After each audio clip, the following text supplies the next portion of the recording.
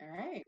Well, hello, everybody, and welcome to our panel, Calming Your Mental Mischief with SmartBear. My name is Crystal Farley, and I appreciate you joining us today. We are going to be discussing mental health openly, freely, with all of its beauty, all of its glory. It's become apparent that during this life disruption that we are all in need of community connection and as many resources as we can possibly get. So this is why us at SmartBear have brought together this fine group of individuals to address how to understand, identify, and most importantly, work to alleviate stress, anxiety, and worry. So in addition, we hope to discuss other concerns, and I'm sure other resources will come up that will help you to understand that you're not alone. We're in this together. So join me in welcoming our panelists. First, we have Brett Cotter, founder of stressisgone.org. If you want to wave, I mean, I'm sure they know who Brett is, but Sammy Courtwright, co-founder of FitSpots. Dr. Ernestine Jennings, professor in the Department of Psychiatry at Warren Alpert Medical School at Brown University. That's a mouthful. We have Allison Sproul, manager of people at ConnectRN, and Heather Sweeney, registered nurse, thank you very much, and wellness coach. So as you can see from this lineup, there will be something for everybody watching. So thank you guys for joining us today to speak on the panel. We very much appreciate it. But before we get started, right, I feel like we need to get in the mood to have this conversation, right? I mean, it's a pretty open, vulnerable place. And Brett, I hear that you have this really awesome mindfulness moment. Would you mind helping us with that? And we encourage our viewers to do the same, right? Yeah, I would love to. And I encourage everyone together that's watching this to do it all together. We'll do it as one unit. So let's start off by closing our eyes, placing one hand on your chest and the other hand on your stomach, and focusing your mind on the airflow. Just breathing deep and slow. Bringing your attention to your next breath in, right where the airflow touches the tip of your nose.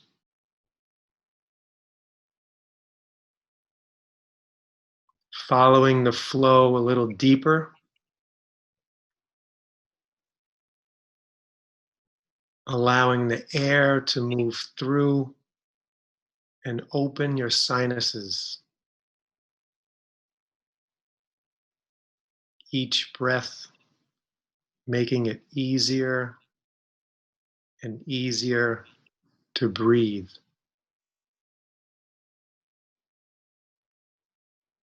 Following the airflow a little deeper,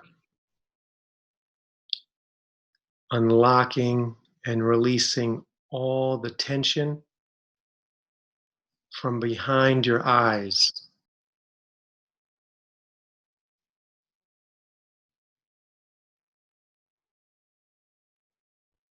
Feeling your next breath going even deeper, unwinding tension from the back of your mind.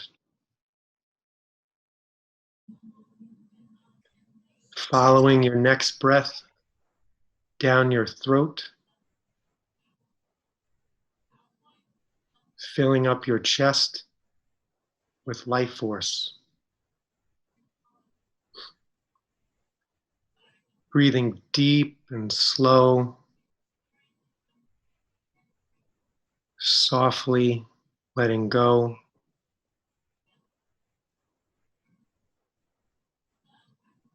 Allowing the air to flow directly to the center of your heart.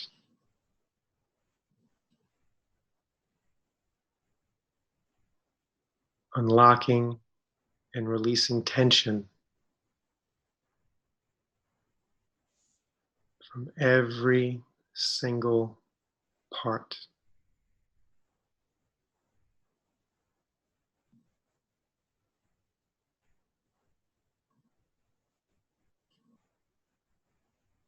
completely free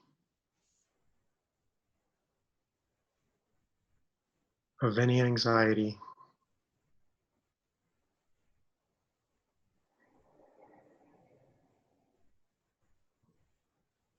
Breathing deep and slow, always remembering the way. I'm okay.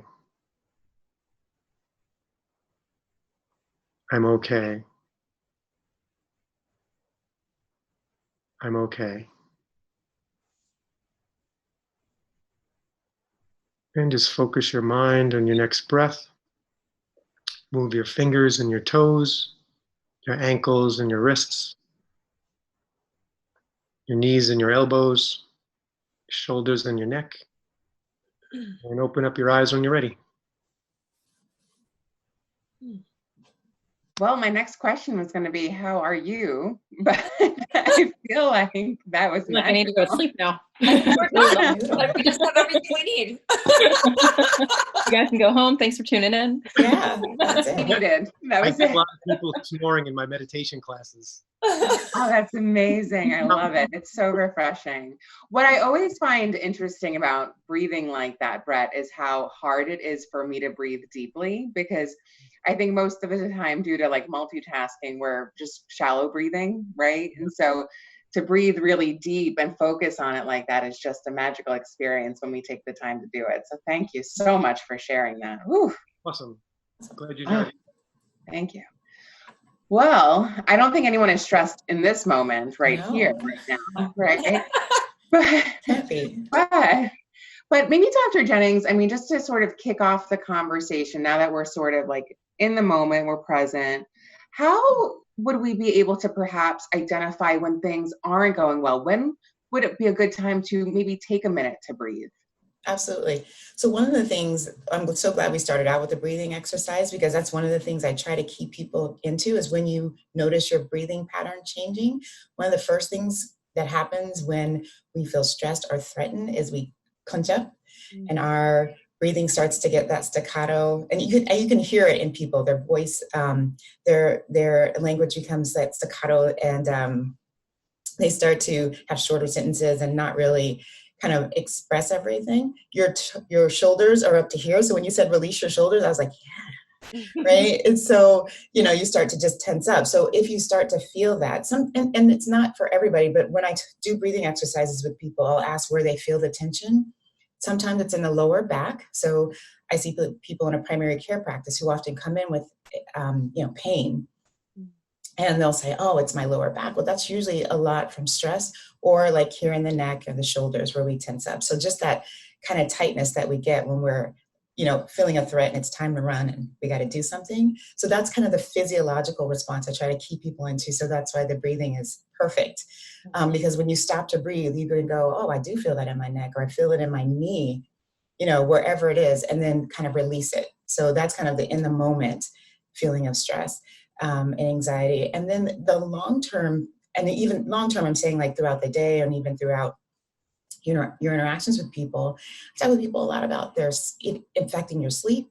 If you're noticing that you're not sleeping, if you're noticing that you're more irritable with people that you like, people you don't like, but people that you actually want to be around, you find yourself like short with, that can be a sign that you're just getting maybe too much that's going on. It doesn't necessarily mean that something is wrong, but it's like your body and brain are recognizing a mismatch. So, but I often ask people, one of my first questions is first the breathing, and then I ask, how's your sleep? Because if people aren't getting the sleep on time, if people find themselves, eyes wide awake in the middle of the night, can see if there's things that are going on that they're really worried about, or just they're so tense that they can't come down during the night. So those are the basics. And then isolation. And people start pulling away from things again that they like, that it's a sign that maybe something else is going on there, and you can notice that someone else, and you may even, your friends and family may say, we noticed that you're pulling away, or you're not as involved as usual. Those can be just kind of basic signs that I will ask people about and get their comments on how other people perceive it as well. That's great. I think oftentimes we live we live with these things that we don't, these nuances that we don't notice. And then so to like actually sit there and think about, oh, wow, I am stepping away from something I really enjoy. Or even though I am self-isolating, I'm isolating myself even more. I'm not connecting with people. I think that's a really great point to like evaluate what we're doing. We get so stuck in routines sometimes, right, that we forget to see outside the blinders. Thank you, Dr. Jennings. And so obviously, I mean, there's like a lot to be stressed about in life, right? Like, so like life was hard before like this worldwide pandemic that we're sort of like dealing with now. So I guess, we have obviously had significant disruption, right? When we think about pivoting to work from home, isolation, job loss, essential job needs, right? Nurses. So obviously we have a wide variety of folks here on the panel. So maybe we can start with Allison. Like, what are you hearing from like what has, caused stress in your environment or for your people? Yeah, so I get the unique opportunity to support corporate staff as well as a clinical staff that goes across a variety of facilities in the long-term care market, which is obviously one of the hardest hit in the pandemic. So naturally, there's been an onslaught of a lot of depressing news, quite frankly, of patients in our partner facilities passing away due to COVID-19. And so that can be a lot for anyone to handle on top of their own personal stresses, whether it be something that might be menial to someone, transitioning from going to the office to working remotely, or being a parent as well as a teacher, as well as an employee all at the same time. And so a lot of the questions that I've gotten, at least from our corporate team, has been surrounding like, I don't feel like I'm able to give 100% right now. And a lot of my response to both them and also reinforcing with the managers is that's okay, and making it be a perfectly acceptable reality for, what's going on right now. No one has a global pandemic playbook rolling around the people ops HR space, right? So I think it's important to have that conversation, make sure that people know that essentially they might not be operating at full capacity, feeling guilty perhaps about taking time off if they have that opportunity is totally normal, but you should still take that mental space. Or feeling lonely because maybe your only social interaction was going to the office, also totally normal. Or maybe thriving in this environment of working remotely and not seeing other people could also be totally normal. And so talking to whether it's our clinical staff members or corporate team members, I think there's been a wide variety of emotional responses that I've seen across the deck. And I think the cornerstone is just letting them all know it's totally normal to feel this way and you're not alone in this feeling. That's great. That's great. Yeah. I mean, it's, I always say that stress is subjective. And so something could be super stressful to you, Allison, and not to me, right? And vice versa. So I think it's really great that you're having that dialogue with the folks that you work with. Now, Sammy, you get to offer a little bit of a different perspective, right? So would you mind sharing a bit about what you're seeing? Absolutely. So for some context, FitSpot, the company that I co-founded, we are a workforce engagement platform that connects employees through these virtual experiences. So a huge trend that we're seeing in these virtual experiences and services is mindfulness and resilience training, is topics like combating burnout, or even, the art of slowing down. We can see that employees are requesting these types of services. And it's also interesting that they're doing it on our platform, which infers that they're doing it with their other colleagues, which brings a sense of community together. So the fact that they're actively participating in these services, digitally, virtually, and with their colleagues is that they are seeking this sense of community that perhaps was lost when you stepped out of the physical workplace.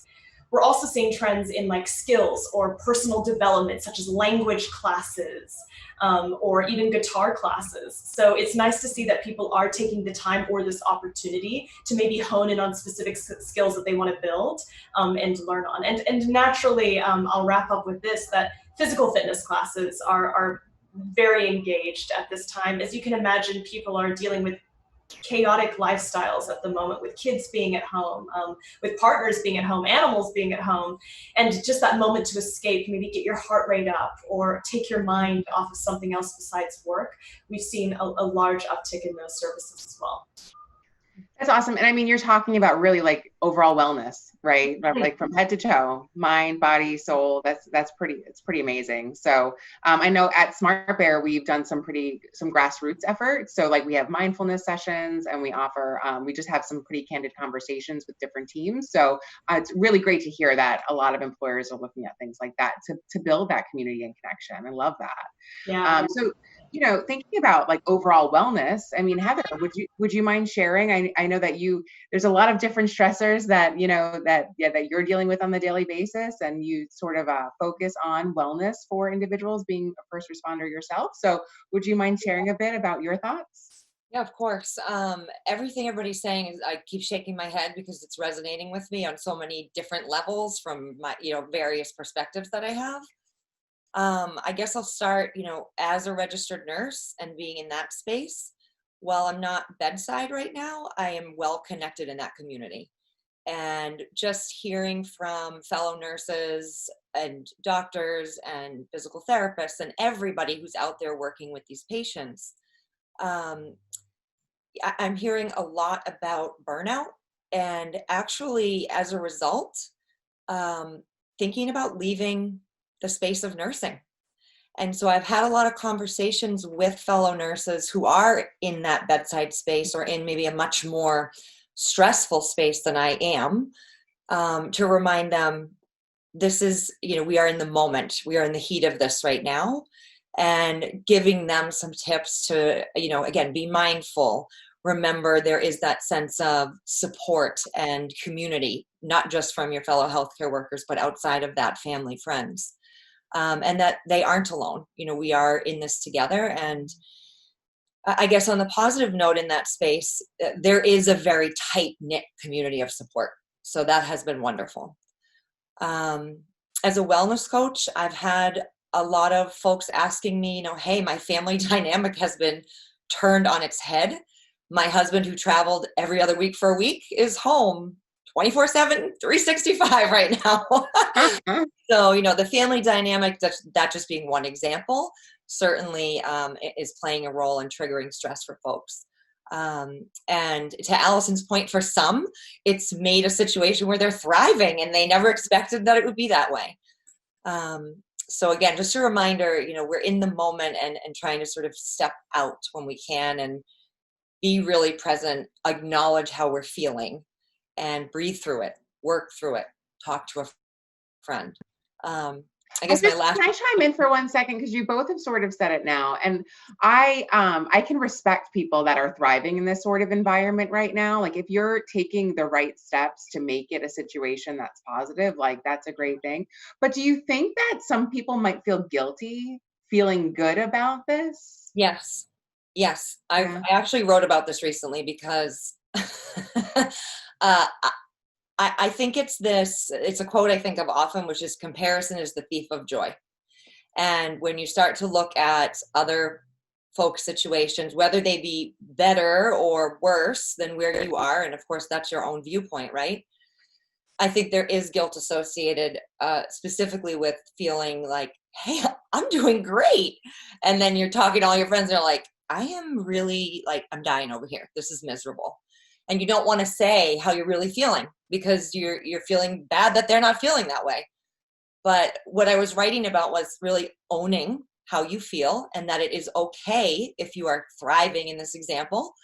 And that doesn't take away from somebody else who is having a really hard time or maybe feeling even better than you are.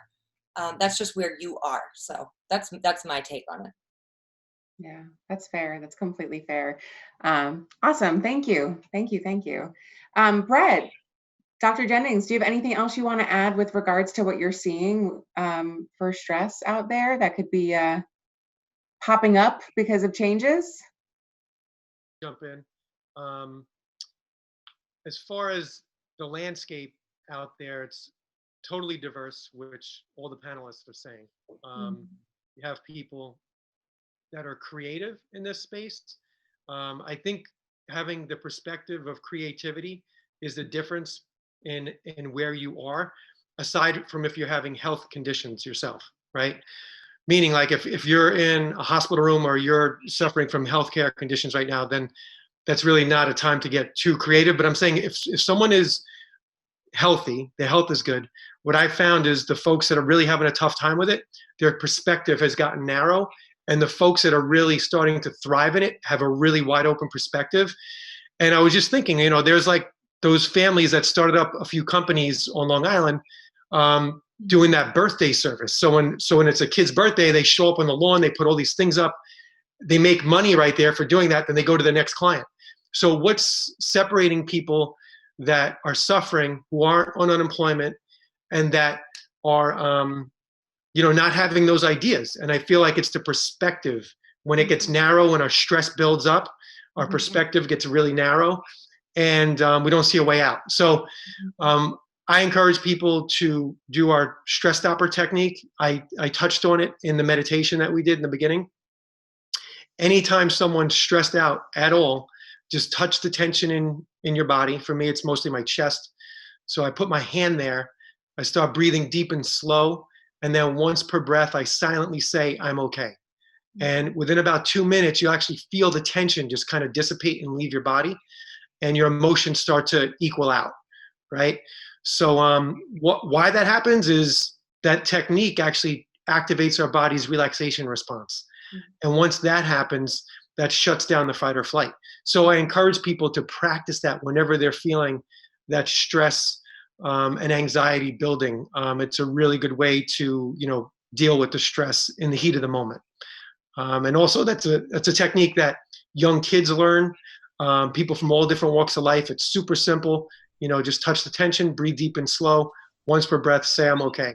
So I encourage, anyone hearing this to practice it, enjoy it. And it's a nice way to go to sleep at night too, if you're having trouble falling asleep. Sure, that's great. Perfect. That's great. That's one of the things I was going to say. Yeah. I was going to say before you go to sleep, do that. So again, to take care of the other thing. So what everyone has said, and when this first started, I was seeing patients, and I had a few people who were like, "This is going to be great.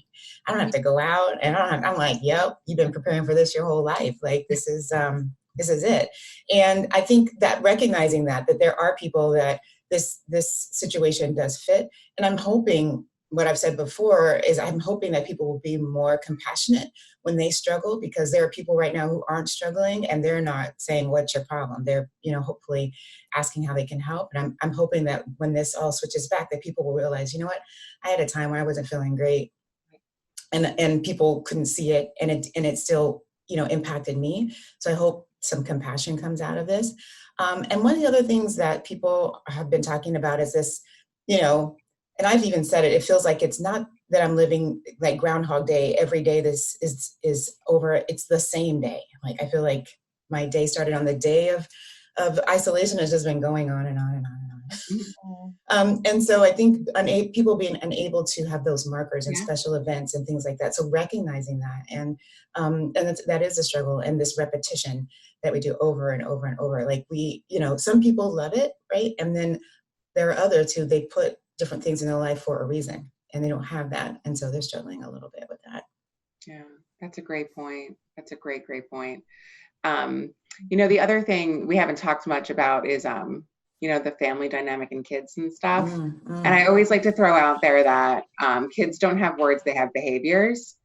And in addition to that, adults are very much like children. And so, right. And so sometimes we don't have the words either. So our behaviors might be a little bit different when we're experiencing these stress. And so, kids are very similar too. So I think it's, to Brett's point, being creative, like even with dealing with stuff, right? Yeah. Like, what does that look like? So, so we're talking a lot. So we're kind of dabbling into what it is like with when dealing with stress in the moment. And like breathing, I always feel like is sort of what we're told, like a textbook. Okay, like just remember to breathe, like just breathe. So you're, and I love that it's okay and slowing down. Does anybody else have anything they want to share from a best practice of like in the moment, how can we reduce stress? I can add a few things Sure, yeah. that have worked for me or folks that I've worked with before. Breathing definitely is sort of the number one go-to for me, and that's what I would share as well. But there's some sort of control in just letting it out. And I acknowledge that if you're not in the space to do that, you may not be able to do that. But if you're in a safe space and you're surrounded by safe people or you're alone, let it out. Whether it's that you need to just cry and fall to the ground for a moment and just feel that and let it run through you and out of you, whatever it is you need to do, just let it out. And on the heels of that, for me, very well, is sweat it out. So I am like a huge proponent of every morning I'm out with my kids. We take a half an hour walk. At first they hemmed and hawed, and now that's one of their favorite parts of the day. Throughout the day, we go outside. I make sure I get my workout in. And these are all things I suggest to clients of mine as well, who maybe aren't as active or maybe aren't getting out and getting that fresh air. Getting quiet with yourself, meditation, if that's your thing. If you haven't tried it, just start 10 minutes, even 5 minutes of sitting in complete silence and let's see what runs through that brain. And again, let it out. Let go of things you can't control, which is really hard to do. But when you're overwhelmed, there's a lot of that pain that comes from stuff that we can't do anything about. So focus on maybe the few things you can control, and take back again that power, empower yourself to handle it. Let it out, sweat it out, breathe through it, whatever might work for you. Maybe even just reach out to a friend or somebody that you feel comfortable with if you are alone. A lot of folks are very isolated and on their own. And having that trusted person to, for me, and again, a lot of folks I'm working with are talking to me about really personal things. And I think just the act of saying it out loud and hearing what you're saying instead of keeping it all bottled up in your brain and letting it, ping pong, can be really powerful and help you to gain some understanding of why you're feeling this way. I've also talked to people about journaling. Some people have said, I've gone back to, I'm like, yeah, just writing it down. So he said, let it out. And it doesn't have to be a full on, like, something someone else would read. But when people have them like do their breathing exercises and or meditation, they have these thoughts that bounce around their head. And I'm like, just write that down. Don't even process it. Just write it down, because it's something in you that's coming out, and you can work on it later. But when we're quiet, when we're breathing, those things tend to bubble up. And so just writing it down, it gets it out of your brain, and it doesn't keep bouncing around in your brain like, oh, I got to fix it. Nope. I put it away and I'll deal with it when I have the energy, which is what I'm getting while I'm breathing, and move on. I think this conversation is really important, just because I feel like it's talking about the mounting and accumulating anxiety that people feel as the days and the weeks and now the months go on. And it's really a time where we need that vent, like the teapot, anxiety's building and it's getting hotter inside of us, and it's just building up. So one thing that I feel is really important, which kind of dovetails into what everybody's saying, is getting in touch with the core emotion that's bothering you, right? So if we have a couple of core emotions like anger, sadness, frustration, jealousy, you could throw anxiety in there because it's so big right now. Just being able to say, like, I'll go out on my back deck or I'll walk in the backyard when I feel things just building up, and I vent it like every day.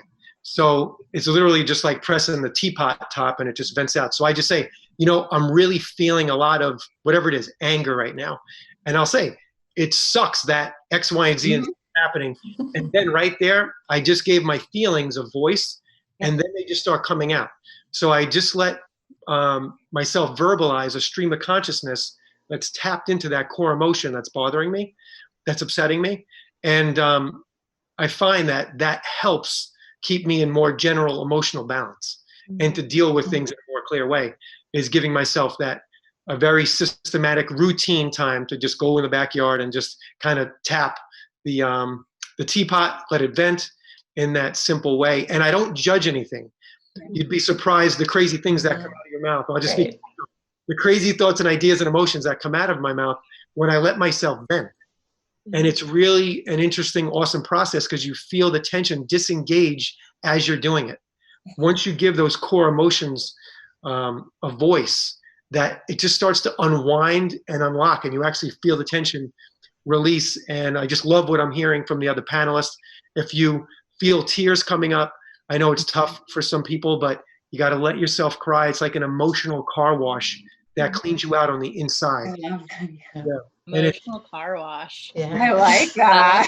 I called it a release, but I like car wash way better. So much better. You know, I think it's, oh, good. Oh no, I was just going to share, you're making me think in this whole idea of letting it out and really touching what that emotion is. Just a very funny side note here, which you never know, it could work for some people. I had taken a walk on some trails. I like to run trails. So I'm on this trail and there's a big tunnel you have to go through. And it's very dark, but you can see at the other side there's light. So I get in this tunnel, I'm all worked up from the day. And I literally halfway through, I just stopped and I screamed as loud as I could. And by the time I got out, I was like, woo, I feel so good. So now it's called the screaming tunnel. So if that can help somebody. Yeah. I was going to say, Brett, and to everyone, in terms of the feeling of initially, this feels weird, this feels uncomfortable, like getting comfortable with that is like one of the best things on the planet because it's short term. And one of the things about anxiety is we're trying to avoid things that are going to harm us in the long run. But in reality, what it's doing, it's harming us in the short term as well. And so what the things that we're talking about are saying, get comfortable with that. Get comfortable with crying, comfortable with screaming, comfortable with that. Because in the long run, it's going to help you. But a lot of times we avoid that. And that's where the anxiety builds up is because we're so busy avoiding those things. So I think it's great. Like, yeah, we'll have a lot of screaming, but we'll all be like, no. Yeah. It's not to get freaked out by your feelings, No, be okay with it. Like, this is. Accept them. Here I am. So, but to that point, that kind of is a good segue, right? So sometimes people don't want to feel things, right? Yes, yeah. Or they've been through things that are, we refer to like little T's and big T's, like little traumas, big traumas, like before pandemic. So pandemic is like its own thing, right? And that could probably be classified in a certain way. But there's people that are really struggling with past experiences that they now have more time to sit with, that they can't necessarily avoid, or they're in situations at home that are not ideal or optimal. So I guess, like, are there any, like, what would be your recommendation for somebody that might be in a bad situation at home or can't get out of that like anxious spiral of negative social media or whatever it is that's, kind of deteriorating who they are emotionally? Any suggestions? I know that I've had some employees just ask the question, like, I don't know where I go from here, right? Even like on the clinical side, kind of like how Heather had alluded to before, like I've had nurses come to me who say, like, I have a very serious health condition. I don't know that I can provide care for the next 6 months to a year to 2 years. We don't know when, a vaccine will be here. So do I need to take a career pivot? And maybe that could be the case, but I think that slowing down and ultimately thinking through, sorry, I just totally lost my train of thought. Yeah, I don't know where that went. Sorry, guys. No, but it's fine. slowing down and being fine. mindful, trying to find the positive and the negative, I think is where I was going with this. And so actually my first job that I consider my first real job was door-to-door sales. There's a lot of onslaught of rejection and negativity there. And so part of my sales training was that there are 3 positives to every negative. So trying to find what good there is in a bad situation. So kind of like what Brett was alluding to, unfortunately, this is happening, but so even for the case of ConnectRN, like, unfortunately, we have clinicians that are providing care to patients. And as a result, they themselves are contracting COVID-19. But fortunately, they're providing life-saving care to so many patients across the country.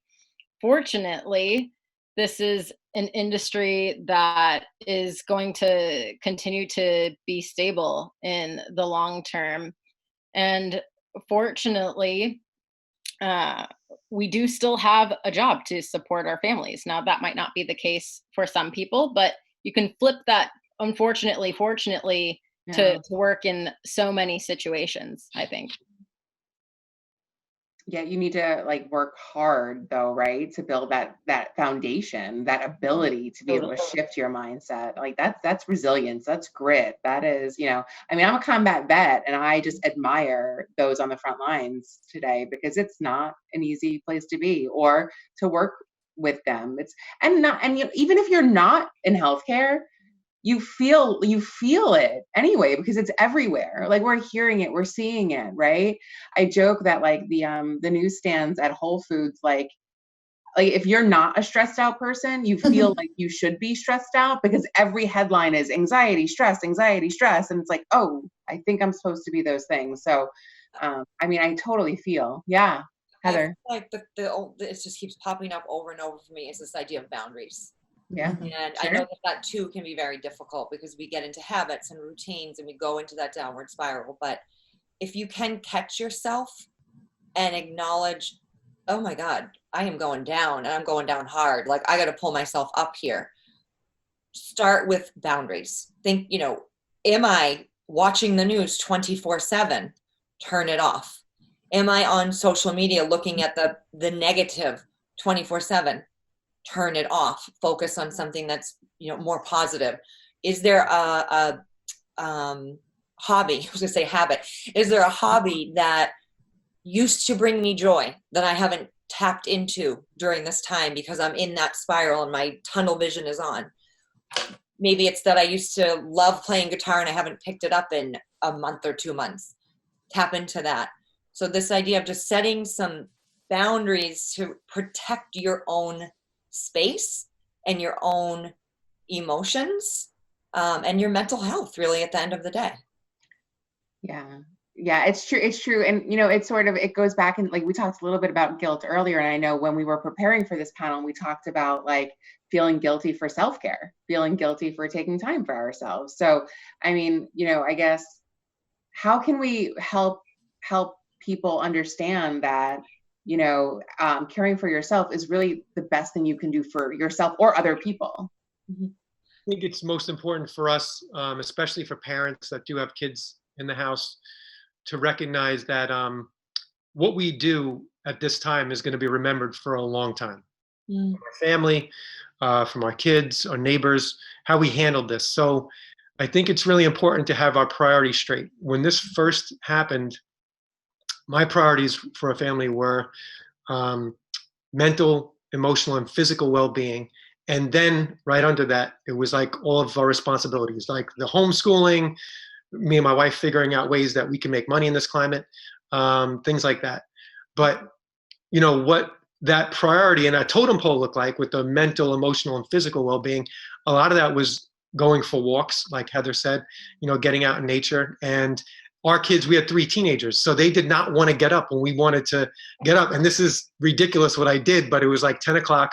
I opened up all the windows. It was when it was still cold. And they were like, what are you doing? I'm like, don't be alarmed, but there's a little gas leak. Don't be alarmed. I'm not recommending. Desperate times call for desperate measures. Oh, man.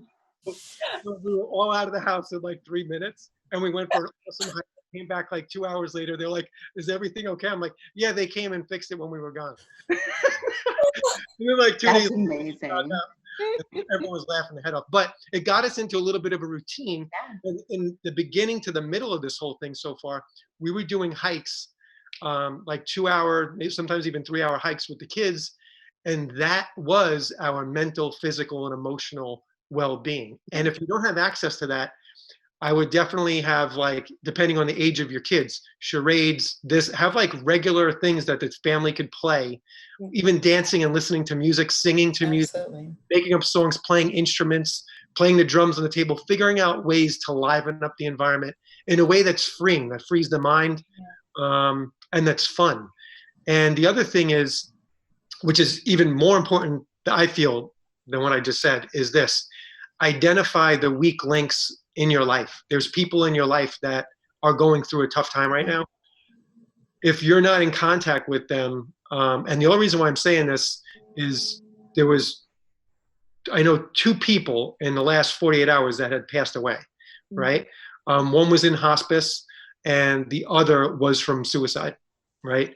And anxiety, as it builds, and let's face it, we were not taught how to handle stress or anxiety or our emotions in school. It's like a mystery for some reason in this country how to do it, you know? So regardless of that, the majority of the population has this growing anxiety. What happens then? It starts to go into depression and hopelessness. Then what happens then? People want to weigh out. So identify the people in your life, please, that you feel are the weaker links in that they're just struggling with what's going on right now, and connect with them. Just hold space, just calling them and just saying, letting them vent, right? Letting them cry, holding space, and just saying, I care about you. I love you. You don't got to figure anything out. Just listening and saying, I care about you. I love you. No matter what, we're going to get through this. You know what I mean? I'm in it with you. So letting them feel that connection, and without judgment, just letting them say whatever they need to say. But, that was a huge, huge lesson for me. And throughout this experience, I've been keeping tabs on people and just trying to hold space. And you'll find that just your presence on the call will lift up their emotional affect from the beginning to the middle to the end of the call. And usually by the time you get off the call, their energy is totally different. And you don't have to go down to their level. You're just holding space. So you're grounding in your own energy and your own personality and your own spirit. And you're just being present for them.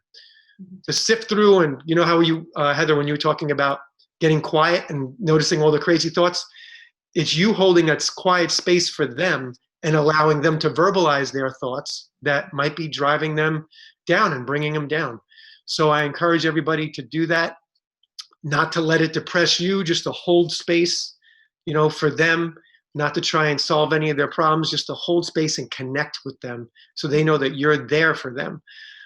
That's just super, super, super important, I feel, right now, because in this climate, with the state of the world, humanity, we only have each other. All we have is each other, right? So I think that's just an important way to stay connected with those. I like that. And you're saying it's okay. It's okay to be you in this moment. You're there. And a lot of times people don't realize that when you do something kind for other people, it actually helps yourself personally too, right? So you boost your own really great, the great hormones for you to make you feel happier in life. So that's okay too, right? But that's a really great point. And something that you said earlier, Brett, I don't want to forget about either, is how we're reacting today or how we're behaving today is going to be remembered, right? For a very long time. Okay. And so that's where I think, employers too, right? So if we think about how employers are treating their employees right now, is also a really great reflection of how they're going to treat you for the rest of your tenure there, right? So, I guess that being said, Sammy, are there any benefits that are that employers are hoping to offer to their teams in order to create connection and culture going forward to whatever the new norm will look like? I don't even know what to call it anymore. Yeah, absolutely. So 2 things I'll address on this is the culture component. Employers are really asking or trying to ensure, is there even a workplace culture for remote employees? A recent survey that we ran kind of indicated that employees are intending to remain remote after all of this. It hasn't maybe been as bad. They want to save on the commute, whatever their reasons might be. So we're seeing a really large uptick in clients requesting these kind of workforce engagement services, whether it be like company-wide challenges, where you compete against your colleagues, stress management webinars, virtual mixology classes have been a big one. Obviously, anything involving booze is a huge hit. And even, like live sets with stand-up comedians has also been really big. So an opportunity to laugh. And they're also opening up these services for employees' families to participate in, or their dependents, which kind of shows how they're really trying to foster more of that work-life integration for the remote workforce. So whether it be through, kind of the education side, or the creation of these digital teams or challenges or social interaction done virtually, employers are really forced to consider, is that company culture truly felt and supported for the remote workforce? So that's kind of one component. The second side is, working on your couch was cute for the first 3 weeks. Now, how does your neck feel? Like, how does your body feel? What's your ergonomic setup at home? What's the environment that you live in? And how could employers impact that? Traditionally, this was not really any of their responsibility, but now it's very much quickly become top of mind. So we're seeing employers investing in remote employees, whether it be set up from a hardware, software, ergonomic perspective. And as well, kind of gone are those water cooler conversations. Gone are those kind of like high fives or random lunches that you would have with your colleagues. So they're looking for technology platforms or digital platforms that facilitate those that kind of sense of community inside and outside of the physical workspace. Yeah. So cool. It's like when times like these happen, it's really interesting to see what sort of innovation disruption can bring. And like you said, Brett, earlier, like the creativity of what people can come up with is just mind-blowing. That's awesome. I'm so glad that companies are looking to create more comfortable lives for people that have sort of been displaced, right? I also know, and I don't know if Allison, you can speak to this, but a lot of companies are adding or upgrading EAP benefits and other benefits for mental health, because Brett, to your point, I mean, this pandemic is creating, a lot of isolation for people and could be, allowing people to want to harm themselves or others, right? And so we want to give resources. Allison, have you noticed anything like that? Yes, I have. I will clarify, I'm not the world's best benefits specialist, so I will. Well, no, I just mean from like a people support perspective. As far as from a support perspective, definitely. I mean, you've seen a ton of employers look into providing an additional day of PTO to be mindful of Mental Health Awareness Month, something that we are adopting at Connect RN. We have dubbed as disconnect time. So rather than giving a single day off, we're taking an hour company-wide every single week now where we fully disconnect. No one can have a meeting. You can't call someone. You can't Slack someone. Can't text someone. Okay. So that way you can go, be with your family, play a video game, do some exercise, whatever you want to do to like have that reset moment. And we made sure that it wasn't during a lunch hour, because that just feels icky, right? Like you should already be taking that as a break time as it is, even though I know I'm guilty of working through lunch pretty consistently these days. But things like that. And I mean, also kind of, it's a delicate balance, right? Where kind of what Sammy was just saying here, you want to be able to provide some of those water cooler conversations that aren't happening right now. So lots of happy hours, lunch and learns, we get together and we'll actually have smaller groups meet with an executive and they can Grubhub or DoorDash, whatever food they want to eat in the social setting, but get to know that executive to get some of that togetherness. Simultaneously, I hear from a lot of people that they're suffering from Zoom fatigue. So we didn't necessarily want to just bring in a mental health expert to do a webinar one time, because a one-time thing isn't necessarily going to systematically, meet that need. So we thought that by having that weekly disconnect time, that would be a little bit more helpful ongoing, and then actively continuing to recommend to our employees that they take a day off. It is okay. You should take a day off. And please do not work on holidays like Memorial Day, for example, coming up really quick here, unless of course you're needed at the hospital or the long-term care facility naturally with our clinicians, but still making sure that they themselves are taking them time, because and I'll give this credit to Ashira Gobrin, who's the Chief People Officer over at Wave HQ. We're in this time right now where we have an oxygen mask moment. So when you're on a flight, you need to help put on the oxygen mask for yourself first, and then your family members. And so as we think through this, and I'm going to share a quote here, I'm afraid I don't know where this comes from, but when you adopt other people's pain too often, you leave no room to listen to your own. You leave no room to hear your own pain without distraction. You leave no room to understand your own pain without minimizing your feelings. So leave room for you frequently. And I know that was something that really resonated with a lot of the nurses that I talk to on a regular basis, but that can be applied to parents. That can be applied to, millennials who might have aging parents. It's anybody who has somebody in their lives that they're caring for. So I think it can only start by paying attention to what you have. But I think that employers are being more mindful of that. Quick raise of hands. How many of you have had to cancel a vacation at some point in the past couple months or upcoming? Right? Yeah. So by making sure that we're still encouraging people to take that PTO, pay time off to not abbreviate things, and have that mental break is so crucial. And thankfully seeing that from a lot of employers that I've read about. I think just on the heels of that, speaking of healthcare, there was just the other day, the timing of things is just so crazy, but just the other day I was telling Crystal, I connected with Catherine Rose, who's the founder of an organization and a platform called Wise Her. And it's an amazing platform for a variety of reasons in terms of resources. And while we are all also wonderful resources, and there are so many out there, one thing that they have kicked off in this pandemic is a free offering for wellness coaching for folks that are on the front lines. And they have over 400, I want to say almost 500 coaches on this platform at this point, available for free to these frontline healthcare workers. And I just feel like it again, popping up for me as you were talking, Allison, as another resource for somebody listening who maybe is in healthcare or isn't and knows someone that is, just to spread the word on that.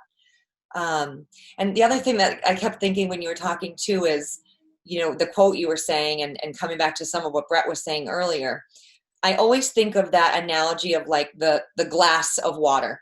And so if that's your body, your vessel, and your glass is way low because you're not providing yourself the self-care, you're not acknowledging the feelings, you're not giving yourself that love you deserve, there is no opportunity for it to overflow and impact your family, your friends, your coworkers. So it really, I just have to say it again, that self-care and making sure you prioritize and give yourself the oxygen mask moment and put it on, breathe it in, so you can sort of overflow and spread positivity to people around you and help.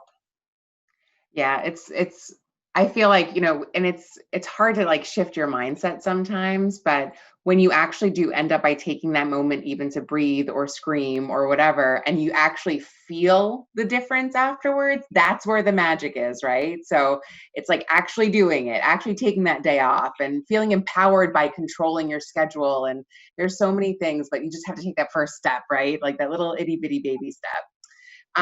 So, obviously you guys have all provided some really great resources, ideas, and help for our viewers. But at some point, like, we're going to have to reopen, or there's going to be some version of reopening or whatever. I already said, I don't know what to even call it.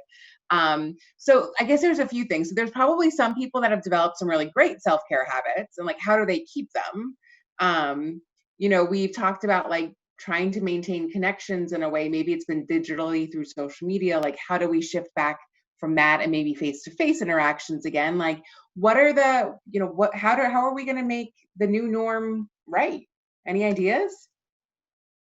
Well, I've been talking with people a lot about just recognizing that we are going to go through a transition. Like this was a hard transition going into this situation, but we're going to all make this gradual transition back to our lives, and to just be mindful of that moment. So I've said to them, think about the things that you, as we were talking about earlier about priorities, right? So we're talking about our priorities in this moment, but also, if connection is important to you now, making sure that it stays a priority. How are you going to do that? And thinking about that, those types of things. So as you transition to whatever is next, keeping at the core what is important to you. And that's what I've heard a lot from people as they've gone through this. Like, I really didn't remember how much I enjoyed guitar. I didn't remember how much I enjoyed talking to this person and that person. And I'm like, okay, let's hold on to that. Let's not, things are going to get busy in about a couple of weeks, but I need you to remember that you still like reaching out to so-and-so and what that means to you. So really hold on to, as we transition back, what your priorities are now, because things bubble to the top. I think that's what happened.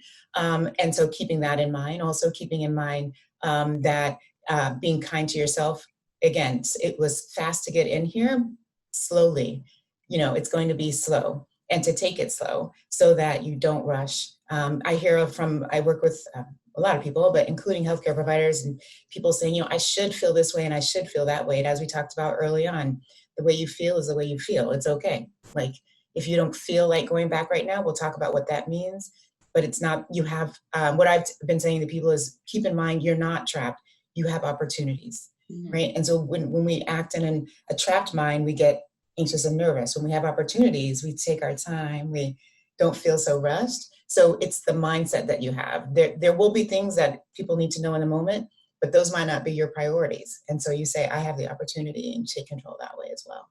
I think a really important thing to add right to that is having your priorities when things start to open up, and having healthy boundaries that you're okay with inside of you. You're crystal clear with them. And, this way, if you're walking down your block and your neighbor is running over you to give you a hug, if you're not comfortable with that, just be ready to put your hand out and say, hey, I'm still distancing. I'm still doing 4 feet, or whatever your healthy boundary is. Be clear with it, so you could just deliver it when, you want to. Are you going to be going to a ball game in a packed crowd? Most people, I don't know, probably not. Some people are probably, dying to get back to a ball game. So just be really clear with what you're comfortable with.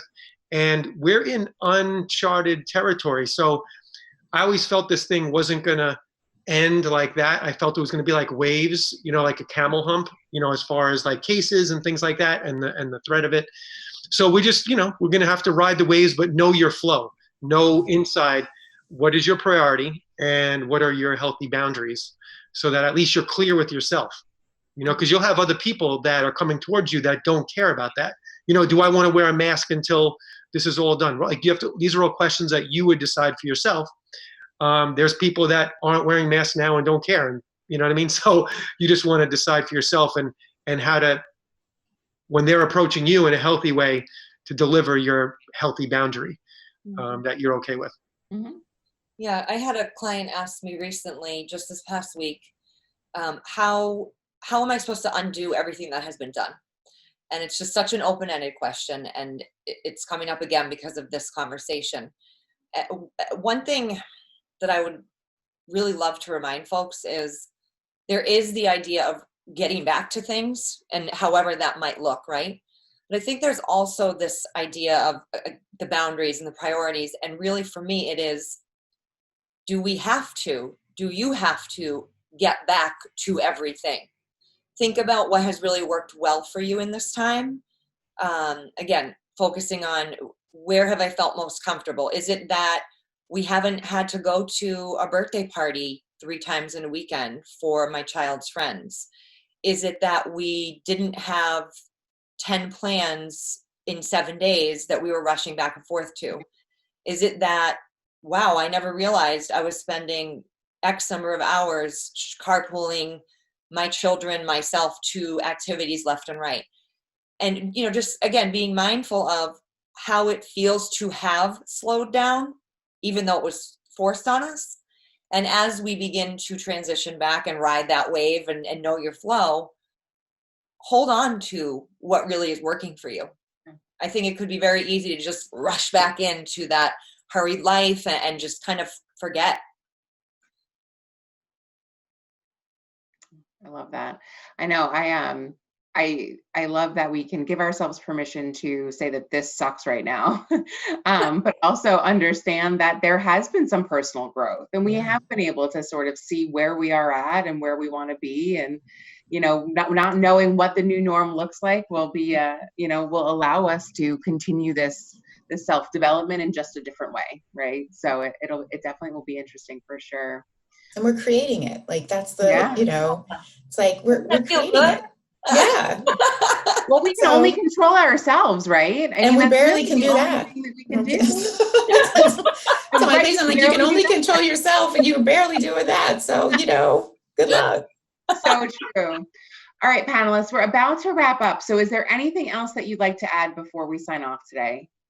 I wanted to add a final comment. Just very honored to be with this panel. Thank you so much for putting it together. It was an amazing experience. I love the airplane mask moment. The top priority is taking care of yourself, and you can see things clearly. I would have your priorities and your healthy boundaries as we move out of this very clear within yourself. And this could be seen as a very important time in history for like a global reset for humanity to take a look at itself and say, what's important for me? And if we could do that as individuals, in our homes, right, or our apartments, say, what's really important to me? Like, I love what Heather said, just from hearing you talk in that one moment, how busy are all of our lives? It's ridiculous, and we're doing, not that we're all doing meaningless things, but it is a lot of shuffling and hustle and bustle that, as we can see, it doesn't need to be that way. So if we could anchor in some of this self-care, really start to nurture the inner peace, discover what, take it even a step further, discover what's really important to us, and maybe get in touch with our purpose. Can you imagine what humanity would look like in 10 years from now if even 30% of the population got in touch with their purpose for coming to the planet and started spending time nurturing that?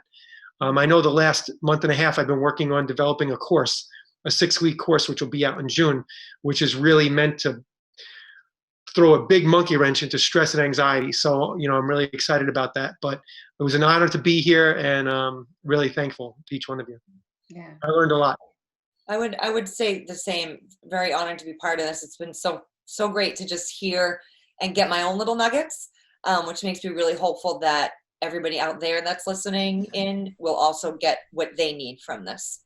And I just would like to, I think, reinforce, and again, just kind of coming up for me, reaching out, like Brett said, to those people who maybe you're feeling uncomfortable because they're really not in a good place, but that little lifeline you throw them with a phone call, maybe it's a text that feels better to you, in some way connecting with those folks and just letting them know that you're there to hold space for them, because those are the individuals that need that now more than ever. And if you are listening and you're one of those folks, reach out, ask for the help that you need, because it's there, from us, from folks very close to you who certainly want to give that to you. So I was going to say, reach out to everybody. I think it's tricky right now when you talked about, the people that may be suffering. It's hard to know who those people are. And so just when you said reach out, I'm like, yes, reach out. It's so acceptable now. Like, I remember I would call people and they would look at their phone for like 10 minutes, like, why are you calling me? And now people pick up the phone, one ring. I'm like, this is amazing. Text people that you haven't talked to in years, maybe, because now it's a time, it's acceptable. And so I just encourage people. I was saying earlier, like I'm not a huge social media person, but I think it's awesome for connection.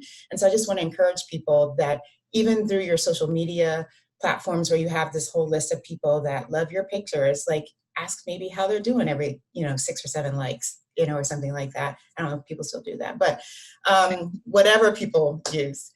So just encouraging connection. And that's what this is. And I'm so thankful that we were able to connect. And I hope that others will see this as an example of like people from different backgrounds and different aspects and perspectives coming together to really join together to lift other people up. So this has been very encouraging. Thank you.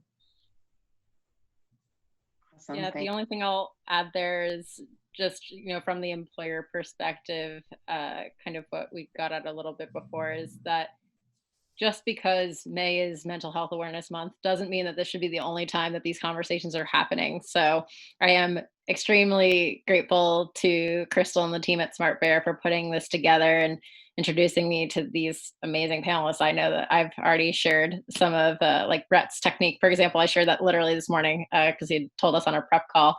But just continuing the conversation, like hosting one webinar or listening to, one podcast will only go so far, but continuing to have this conversation and normalize, to destigmatize that these feelings are anything but normal, just needs to continue to happen, both from the employer perspective and from individuals. So yeah, thank you. 100% agree. Sammy, do you have anything else you want to add? No, there's a responsibility that employers have, so take it seriously. This is a wonderful opportunity to set the tone for what the future of your company can look like. So that's awesome. So I hope this was helpful. Thank you for putting this together, Crystal, and it was awesome being on this with the other panelists. Yeah. Well, I am beyond honored and grateful to bring you all together today. So thank you so very much for being here. Viewers, we will be sharing the contact information for all of our panelists today, so you'll be able to get in touch. So everybody wants you to get in touch, so you'll have definitely 5-6 people to get in touch with after today's call. And I hope that everybody learned something, whether you participate in our panel or in our audience. So thank you very much, everybody. Thank you. Thank you.